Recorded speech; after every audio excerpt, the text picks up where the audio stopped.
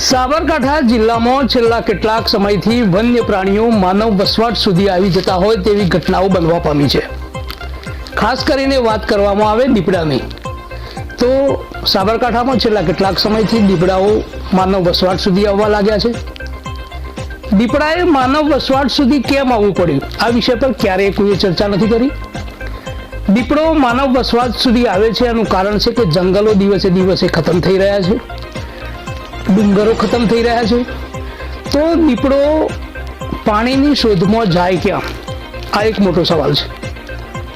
આજે તલોદ તાલુકાના એક ગામડાનો વિડીયો વાયરલ થયો છે. આ વિડીયોમાં ગ્રામજનો દ્વારા દીપડાને મારવામાં આવી રહ્યો છે. શું ખરેખર દીપડાને આ રીતે મારવો યોગ્ય છે?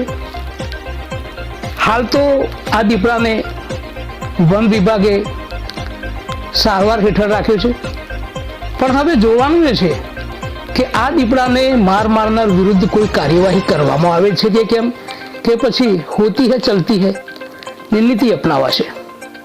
જુઓ એક આ વિશેષ અહેવાલ.